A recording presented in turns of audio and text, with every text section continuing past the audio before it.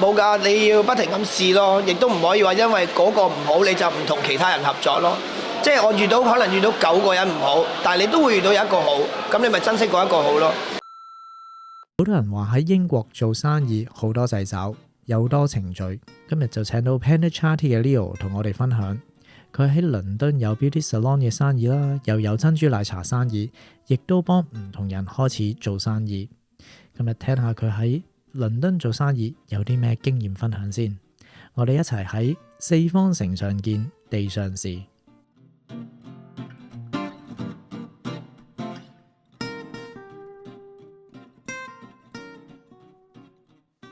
我叫 Leo Chan 啦，係啊。咁之前其實我係同阿 Marco 喺倫敦識嘅，咁我就嚟咗倫敦就3年半左右嚇。咁我係自己一個嚟嘅嚇，我自己一個過嚟嘅。咁我嚟咗我諗大約1年到啦，咁就有拍 YouTube 啊，拍一啲片啊，放上 Facebook 啊，即係分享俾人哋睇關於英國嘅生活啊、買屋啊或者食啊，有啲咩窿罅食啊，又平又好食啊。咁我通常都係咁樣頭1年。咁喺1年之後開始諗下，咦有啲朋友話想開鋪頭喎，或者想做生意喎，咁就揾咗我一齊做。咁我就將我本身香港 Whitebroad City 個店嘅 concept 就帶咗過嚟英國倫敦呢邊咁樣咯。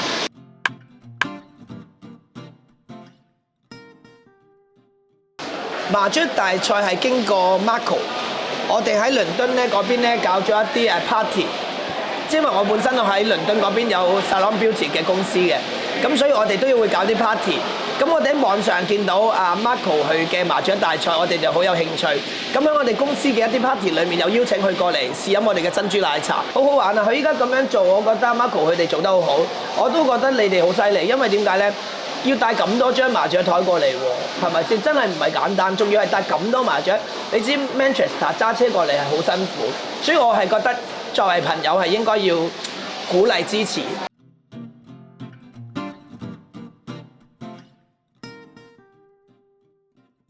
最好用啲健康嘅糖，係啦，同埋自己要真係要知道乜嘢級別，有啲咩味道可以出到嚟。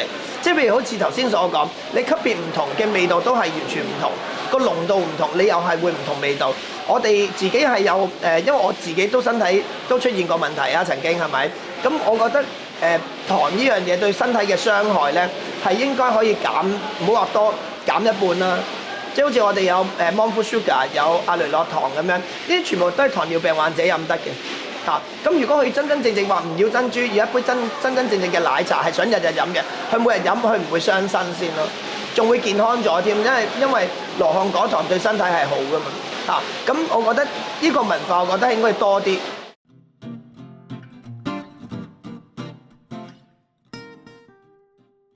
個困難就係做生意啦，你知做生意有陣時會遇到唔同嘅 partner 㗎嘛，係咪？咁都會遇到好多唔多 normal 啊，思維唔多正常啊，或者隱瞞自己一啲唔好嘅嘢去叫你去同佢一齊合作，或者係要求你想希望你幫佢，到你真係覺得不如幫下啦，大家咁樣幫咗之後得翻嚟嘅結果係好多時都係受到傷害，甚至乎會俾人或者會誣衊我同其他嘅老實嘅 partner。冇㗎，你要不停咁試咯，亦都唔可以話因為嗰個唔好你就唔同其他人合作咯。即係我可能遇到9個人唔好，但係你都會遇到一個好，咁你咪珍惜嗰一個好咯。咁嗰9個人佢哋做得咁多呢啲唔好嘅，或者佢哋唔老實，佢哋始終都係會出事㗎。但係我做生意就200%老實嘅，我係可以透明度好透明嘅，因為我哋做公司就係我哋唔會話錢啊，會咩啊點樣？因為你做一間公司，你希望去揾到錢。所以你更加應該要報稅係嘛？你應該要條數靚，咁人哋先會融資俾你嘅開分店㗎，係咪先？正常做生意就係咁樣。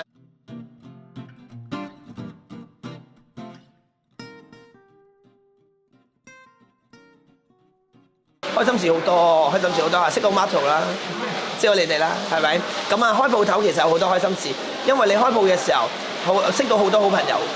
即係你會有好多人好 appreciate 你，介紹啲咁好嘅嘢俾你，或者點解你會有啲咁嘅我唔知嘅咁樣，咁跟住佢哇靚咗，皮膚好咗喎，飲完或者真係個血壓降好多咁樣，因為南非就係降血壓降好快，143可以降到113，食藥食純咗都可以飲嚟降嘅。因為有陣時有啲人食藥唔降噶嘛，食藥食純咗人反而飲可以降。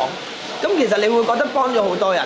我起初做南非茶嘅原因就係因為我覺得香港人嘅飲茶文化咧，你見到咪有啲老人家咧剁肉餅嘅夜晚黑瞓4個鐘嘅啫嘛，其實就係因為飲太多咖啡因。如果你將呢個文化帶落去俾啲老人家，佢哋其實可以瞓到8個鐘，因為我爹哋媽咪都70幾啦嘛，佢哋瞓8、9個鐘飲我哋自己嘅茶。咁所以我知道呢樣嘢可以扭轉所有人對茶嘅諗法，唔係話其他茶唔好。但係，只不過如果你想好瞓嘅，呢個茶真係幫到你好多咯。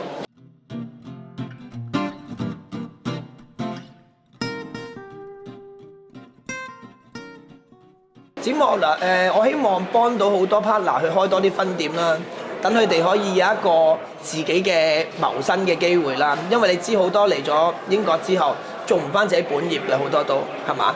咁如果你一個你中意嘅興趣或者你中意嘅生意，你做咗之後你可以請人做，跟住自己可以輕鬆啲嘅，可以周圍去歐洲玩下或者 take 個 break 都好啦，即係可以。因為好多人都即係好多香港嘅朋友都比較想做唔到自己想做嘅嘢，我覺得好多都係好想佢哋可以即係做啲自己又開心又生活到。你知好多都有小朋友㗎嘛嚇，咁如果可以揾到自己中意做嘅生意，跟住又可以又中意入翻下，唔中意又可以交俾人做，咁想同啲仔女去旅行又可以，咁你話係咪好好多？我希望可以實現到呢個願望。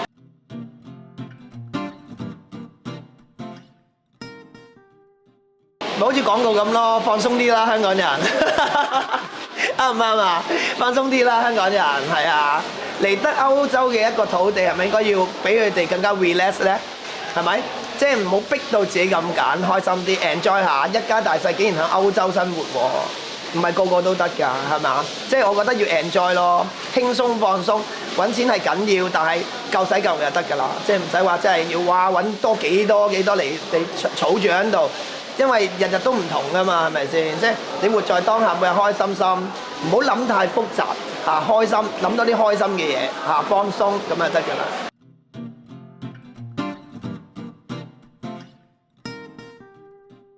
成長啊，學到佢哋依度嘅真正嘅法律，點樣為之係可以做同唔可以做，即係你每個國家嘅文化都係唔同。你可以學到嘅就係你可以知道，原來喺英國做生意係可以同香港係完全唔同諗法嘅。我覺得睇翻歷史，我覺得英國係好支持人做一啲生意或者嗰啲叫做嗰啲工業啊，即係好中意啲有 creative 嘅人啊。你明唔明啊？即係譬如話，如果你有一個好事，你諗咗出嚟好有創意，英國係好 support 你做呢門生意嘅。你覺唔覺啊？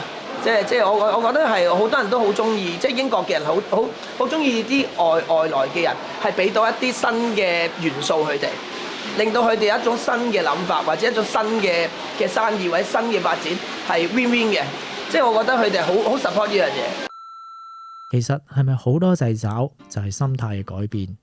文件程序同要求係保障投資者能夠符合法規，當大家喺同一個規矩之下，先至可以公平競爭，先至可以進步。